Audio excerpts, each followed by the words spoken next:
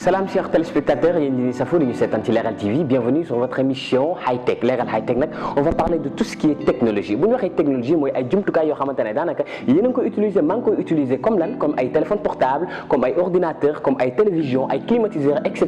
ay avion, lépp loo xamante ne ça touche à la technologie, on va en parler. Maintenant aujourd'hui, on va parler d'une seule chose. Moi, on va parler des téléphones portables, mais pas n'importe quel téléphone. On va parler des iPhone. iPhone, fi mu jógee ba tey jii de 2007 à 2020. C'est ça qu'on va parler avec vous, mesdames et messieurs. Alors, defar leen seen toogaay bu baax ñu indil leen ci ay leeral yu am solo ngeen xam ci exactement iPhone ban année la commencé, ban année aussi lañ nekk actuellement te ba tey ñu ngi évoluer ay S, ay plus, etc. Tout de suite, donc le développement.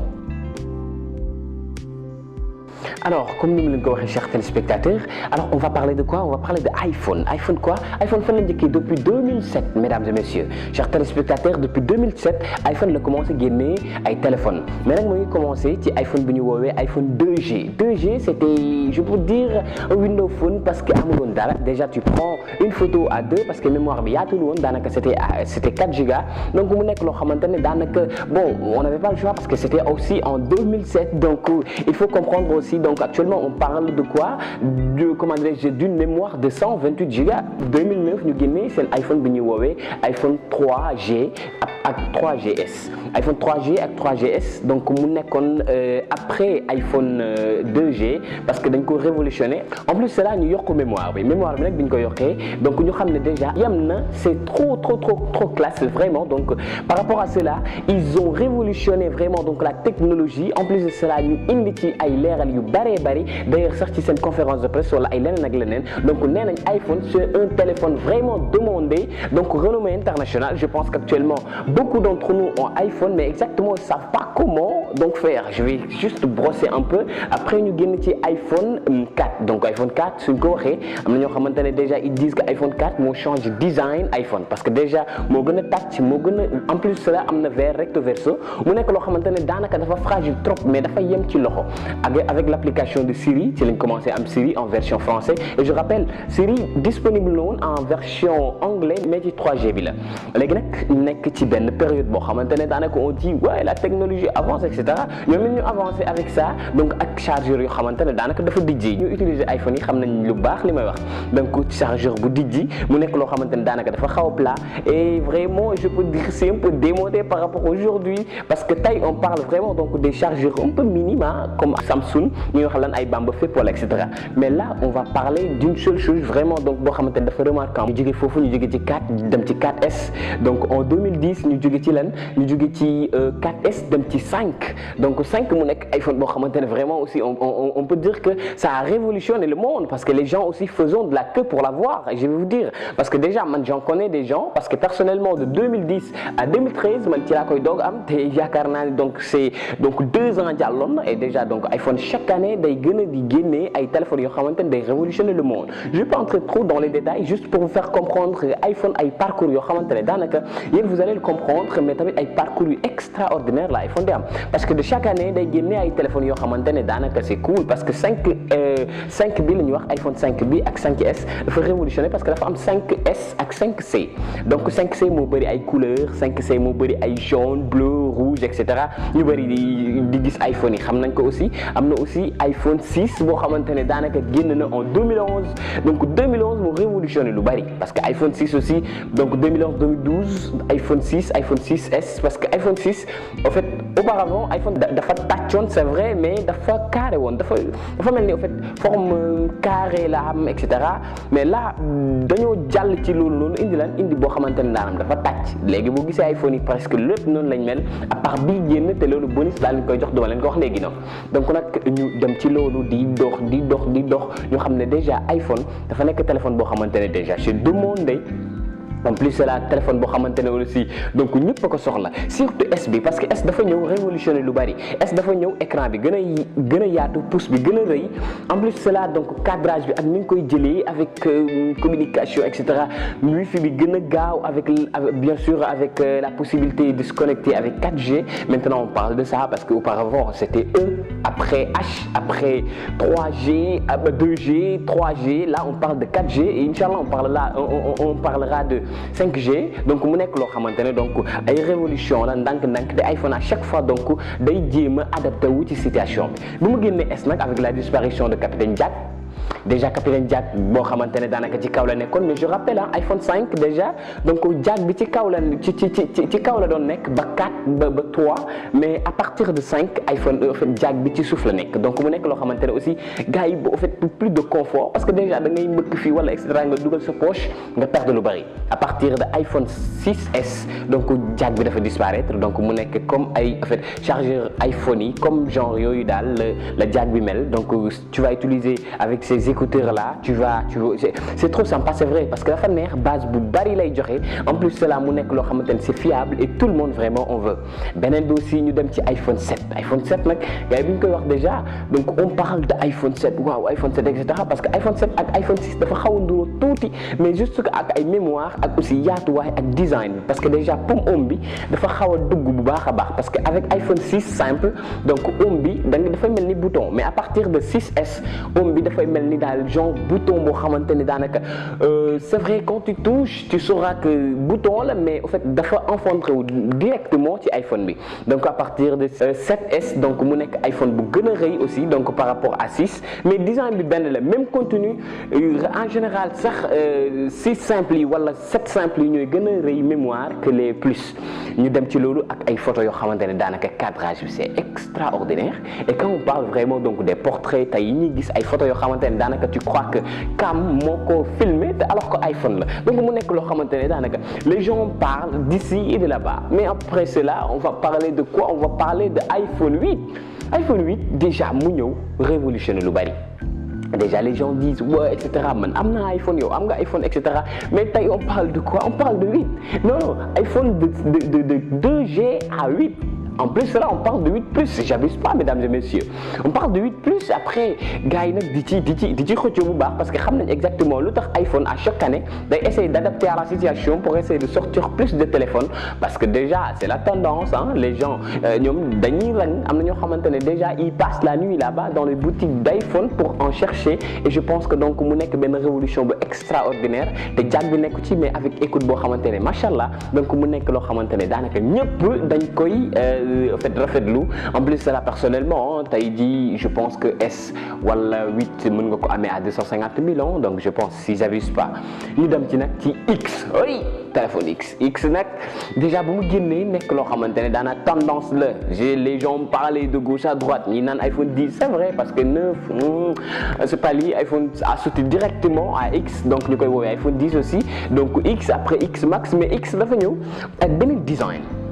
Genre on comprend en fait quand on parle de X on parle de téléphones yoo xamante ne daanaka amul bouton donc iPhone donc en fait dafa dindi chiffres yi indi ay lettres donc là on parle de X déjà X c'est un téléphone vraiment particulier parce que dafa rafet en plus cela dafa nooy ci loxo dafa yem te design bi aussi c'est très cool y a pas de bouton à part les boutons plus et moins avec bouton bi ngay yokkee wala et cetera avec bien sûr jack bi ngay utiliser ak chargeur bi nu mu efficace photo bi extraordinaire donc ñu xam ne déjà iPhone mu ngi nekk de révolutionner le monde après cela comme ni ñu ko gisee ni ci vidéo bi donc ñu dem ci aussi donc iPhone X Max déjà avec deux appareils photo là on parlait de quoi on parle d'iPhone moom mu ngi révolutionner après iPhone 11 etc mais je vais pas entrer trop dans les détails parce que ay astuces iPhone tey laa leen di jox parce que il y a certaines astuces yoo xamante ne daanaka vous pouvez le faire chez vous en restant chez vous en cliquant de gauche à droite juste pour ça comme ni ma leen ko waxee des astuces yoo xamante ne vous pouvez l'utiliser chez vous moi je peux l'utiliser personnellement parce que je savais pas en général quand mon téléphone buguait j'allais voir le réparateur pour qu'il le répare à ma place mais là je reste chez moi parce que tout est disponible quand on parle vraiment donc de la technologie etc avec l'internet l'arrivée des iPhone l'arrivée des autres téléphones yoo xamante ne vraiment c'est à la mode donc c'est pas l'appel vraiment donc tu te déplaces parce que ñoom dañuy jàng kon yow lépp mu ngi ci internet bi donc cherche et clique bien sûr et tu verras exactement donc les astuces de l'iPhone donc tout de suite on va visionner ça et après on va revenir tout de suite.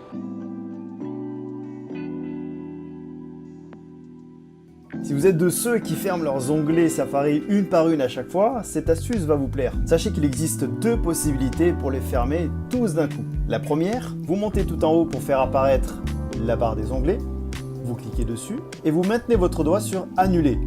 Et là, vous avez la possibilité de fermer tous les onglets d'un coup. L'autre possibilité, c'est de les fermer directement depuis un onglet. Donc, par exemple, là, je suis sur une page. Vous mettez votre doigt sur la touche des onglets et là, vous pourrez les fermer tous d'un coup. Note est vraiment un outil très puissant et sincèrement, je pense qu'il y a vraiment possibilité de faire toute une vidéo rien que sur cette application. Si par exemple, vous craignez pour la confidentialité d'une note, et que vous avez peur qu'elle ne soit lue par quelqu'un d'autre par exemple, vous pouvez la verrouiller et la déverrouiller grâce à Face ID. Pour verrouiller une note, vous n'avez qu'à simplement maintenir votre doigt sur la note en question et vous cliquez sur verrouiller la note. Ensuite, pour l'ouvrir, vous n'avez qu'à simplement cliquer dessus, afficher la note, votre téléphone vous reconnaît grâce à Face ID et la note est ouverte. Pratique non si vous voulez garder une note secrète? Si vous pensez que l'iPhoto ne sert qu'à vous proposer une sorte de petite vidéo de l'instant pris, eh bien vous avez tout faux. L'iPhoto a plusieurs fonctions, et là je vais vous en révéler une. Commençons par le commencement. On va déjà prendre une photo, je fais exprès de simuler un mouvement. Comme on peut le voir sur la photo, eh bien elle est floue et elle n'est pas appréciable telle qu'elle. Sauf qu'en arrière-plan, l'iPhoto a pris une multitude de photos. Et grâce à ça, on va pouvoir sélectionner la bonne, tout simplement. Pour ça, on va dans Modifier. On va sur l'onglet l'iPhoto, qui est juste là. Il n'y a plus qu'à naviguer et trouver la bonne photo. Et on la sélectionne en tant que photo principale pour qu'elle apparaisse telle qu'elle dans la galerie. Si comme moi vous détestez jouer à vos jeux iPhone directement depuis son écran, sachez qu'il est possible d'y installer une manette PS4. Et je vais vous montrer comment faire. Pour ça, nous allons d'abord lancer le mode appairage de la manette. Et pour ce faire, on va maintenir le bouton Share et le bouton PlayStation jusqu'à ce qu'elle se mette à clignoter. Ensuite, il n'y a plus qu'à la connecter par Bluetooth. Et elle est juste là. Et la voilà maintenant connectée. Sachez tout de même que la manette n'est pas compatible avec tous les jeux iPhone. Mais les principaux le sont, comme Fortnite ou Call of Duty Mobile. Et avec cette astuce, je suis sûr que vous aurez plus de skills. Pour cette astuce, je vais vous expliquer deux façons d'éteindre votre téléphone. La première façon est d'appuyer simultanément sur le bouton Siri et le bouton volume bas. Et ensuite, il n'y a plus qu'à slider vers la droite pour pouvoir éteindre votre téléphone. Bon, cette astuce est assez simple, mais si votre bouton de volume bas est cassé, comment vous faites pour éteindre votre téléphone? Et c'est là que cette deuxième astuce intervient. Pour ça, on va tout simplement aller dans Réglages, Général, et on va descendre tout en bas, et là vous avez Éteindre. Il n'y a plus qu'à cliquer dessus et à slider vers la droite. Alors comme ni ma leen ko waxee chers téléspectateurs, gis ngeen astuce yoo xamante ne daanaka wan nañ leen ko léegi à travers votre téléphone iPhone muy 2G parce que à vrai dire 2G est-ce que am nañu ko yor actuellement nii? Je pense pas parce que à vrai dire man j'ai commencé avec iPhone 4 5 etc. dem naa ba X mais damaa wàccaat yàggaguma na ay yooyu nag mais tey dama leen di indil bonus nag mooy lan? Déjà on a entendu iPhone depuis 2007 jusqu'à 2020 et là on va parler d'un iPhone boo xamante ne daanaka génn na mais c'est pas trop fréquent. En plus cela, les gens ne savent pas exactement l'existence, mais moi je vais vous en parler. C'est quoi? C'est l'iPhone 12. Wow, l'iPhone 12 déjà. L'iPhone 12 forme 4 layers, forme 4 ak 5 layers, mais du 5S, du 5C ou du 5S, mais iPhone 4 ak 5 simple layers.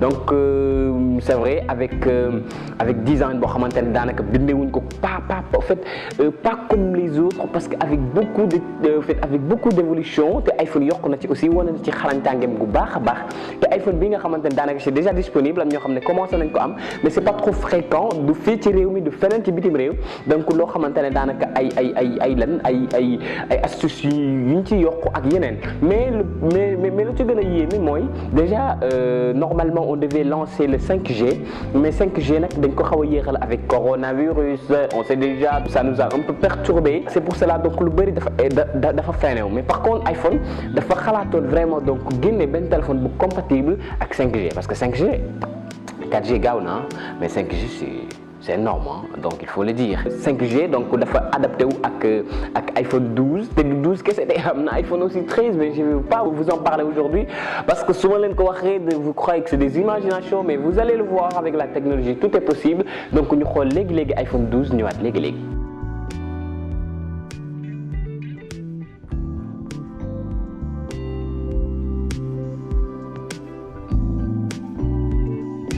Alors mesdames et messieurs, chers téléspectateurs, bienvenue Safo de Leral TV, c'est fini pour aujourd'hui. Donc c'est une émission Leral High Tech. Leral High Tech, je vais vous dire, on va parler de tout ce qui est technologie comme je vous l'avais dit. Et d'ici là, portez-vous bien.